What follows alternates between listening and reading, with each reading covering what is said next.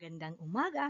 Ngayon naman, ating bibigyang pansin ang pagkuha ng impormasyon mula sa iba't ibang mga pagkukunan, kagaya ng mga larawan, mga guhit, at simpleng mga chart.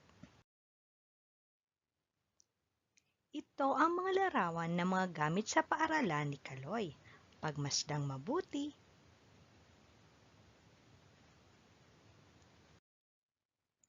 Ngayon naman, magtatanong ako ng mga impormasyon tungkol sa mga larawan.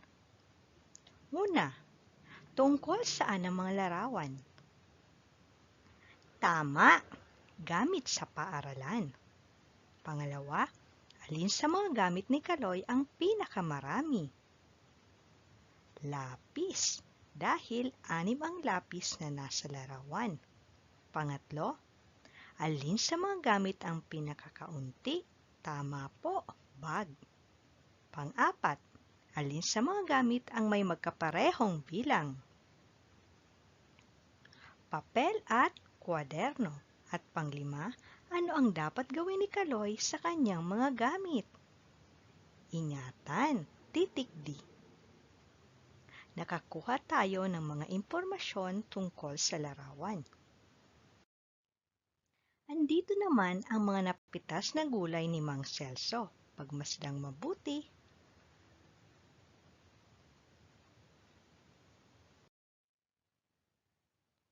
Ito ang mga katanungan tungkol sa larawan.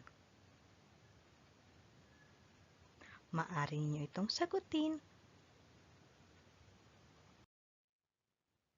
Dito naman tayo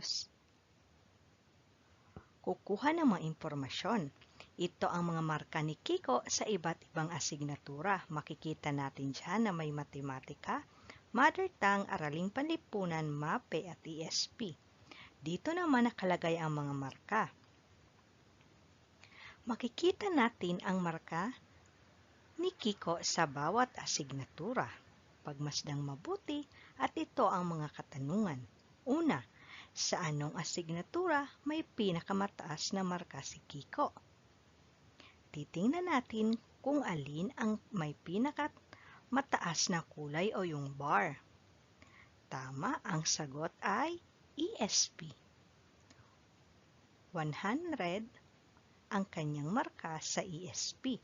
Pangalawa, sa anong asignatura naman may pinakamababang marka si Kiko? Hanapin naman natin alin ang pinakamababa.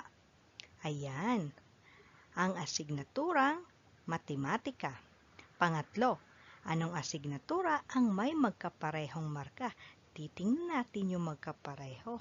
Ito po, araling panlipunan at MAPE na may 85 marka o 85.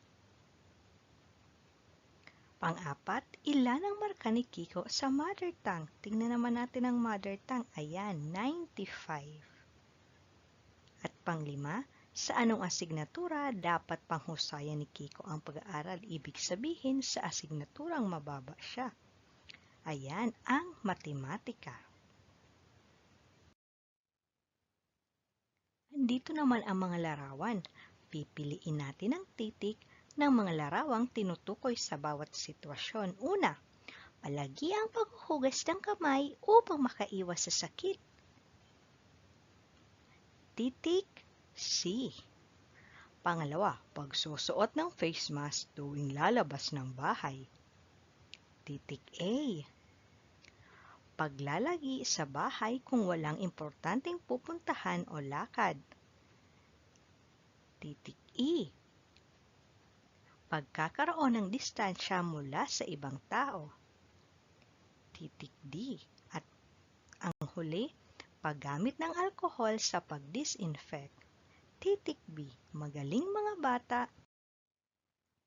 Tandaan natin, ang mga larawan o chart na ating nakikita ay maaaring mapagkunan ng mga impormasyon. Makikita natin dito ang mga mahalagang detalyeng ating kailangan.